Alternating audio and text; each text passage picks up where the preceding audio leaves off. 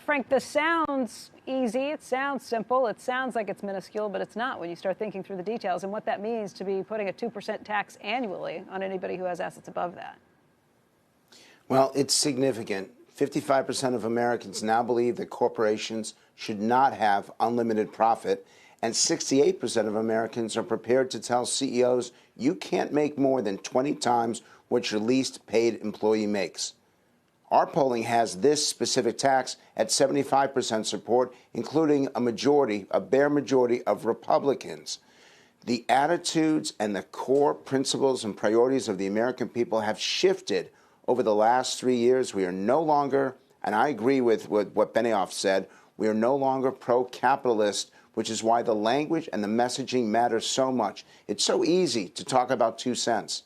Well, they better start talking about economic freedom instead of capitalism. They better talk about what economic freedom truly means for Main Street. I know this program is targeted towards Wall Street, but the American people aren't hearing it. They're not responding to it, and they are absolutely responding favorably to what Elizabeth Warren is saying, even if the ideas are so extreme. I know it's early on, but what do you think this means for the election that's just over a year away? I think it's very significant. I think that there is a war on success, a war on those who have figured out how to do well and maybe bringing other people along with it. But the public doesn't see it. And here's the problem. This path to success, which has been made possible by our economic system, if you don't think that you can get on it, if you don't think you have the chance to succeed in life, then you feel angry about those who do. And that hostility, that sense of revenge, which I do see at Democratic rallies, that is pervasive. And it is not just on the side of the Democrats. I now see independents feeling this way. Hey, Frank, but let's just talk about sort of the Democratic race as it stands right now. I recognize where Elizabeth Warren stands on these issues. To me, right now, there's almost 2 Democratic parties because Biden is almost represents a different party to some degree, unless you think that's not the case.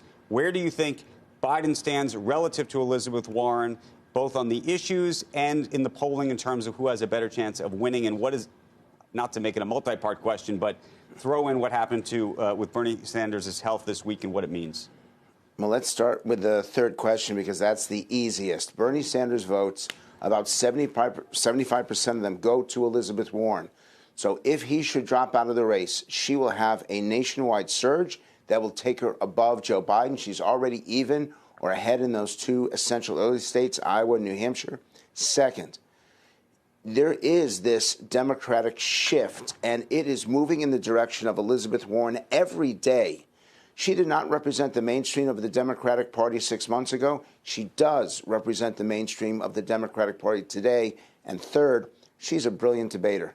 She knows how to begin her statements, how to use facts, how to challenge Donald Trump, how to empathize with the average working class voter. She's really good right now, and I think she's the odds-on favorite to be the Democratic nominee. Frank, why were the polls so wrong back in the last presidential election where you didn't have any polls saying that Donald Trump was going to win? He was outpolled by about 10% or thereabouts. What has changed about the polling process, and why is it different or better this time around? So I should not do this because I'm now about to offend a host of this show. But that is actually incorrect. The polling had Hillary Clinton beating Donald Trump by 3% in the popular vote. The national polling was dead on. The problem were these individual states. The national polling actually was within 0.9% of the final number, well within the margin of error. And those states only got it wrong on election day itself. The exit polling was wrong, but the polling that led up to it was close enough that it was within the margin of error. I mean, why didn't we hear that more frequently? Because it did seem like a huge surprise to just about everybody when Donald Trump walked away with that. Because it was a huge surprise that he stayed in the race. It was a huge surprise that he was able to weather the storm. Everything that Donald Trump did would have killed any other candidate until Donald Trump. And he was successful because he went to Pennsylvania. We're in uncharted territory. What does that tell us? I mean, it tells us to be very careful about projections. And I realize I made one today, but I'll stand behind it. And you can use the video 6 months, 8 months from now to see if I'm correct. But it also says that there is an anger and frustration with the electorate that still exists today.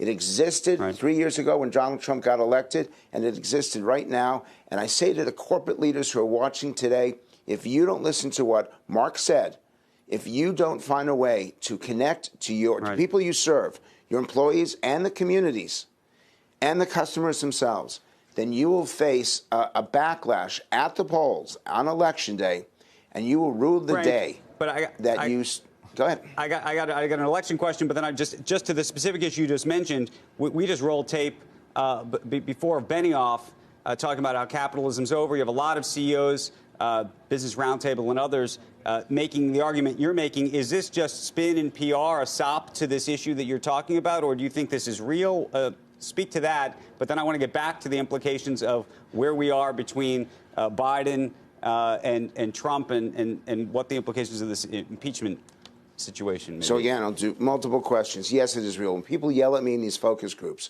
when they will tug my shirt and say, you're not listening, we're mad as hell, and we're not going to take it anymore. Over 70% of Americans use that famous phrase from the movie Network. It hasn't been this high since 1992, and they are determined to get even on Election Day. Second, Joe Biden is absolutely a better candidate against Donald Trump. I've been testing it now in speeches I've been given over the last 5 or 6 weeks, and in every single circumstance, more people say they will vote for Biden than say they will vote for Elizabeth Warren. But at this point, some Democrats don't care. They're so fed up with capitalism that they see is unjust, unfair, and they want to change. And so she continues to gain. He continues to drop. We got a lot more over the next 4 or 5 months. We got music playing us out. Does this whole impeachment thing play better for Trump or Biden, given the situation of how it seems to be splitting people? How about it plays badly for everyone, and it's an awful thing for the country, what we are facing right now. 100% Both political agree parties with will you. suffer. That we won't disagree on.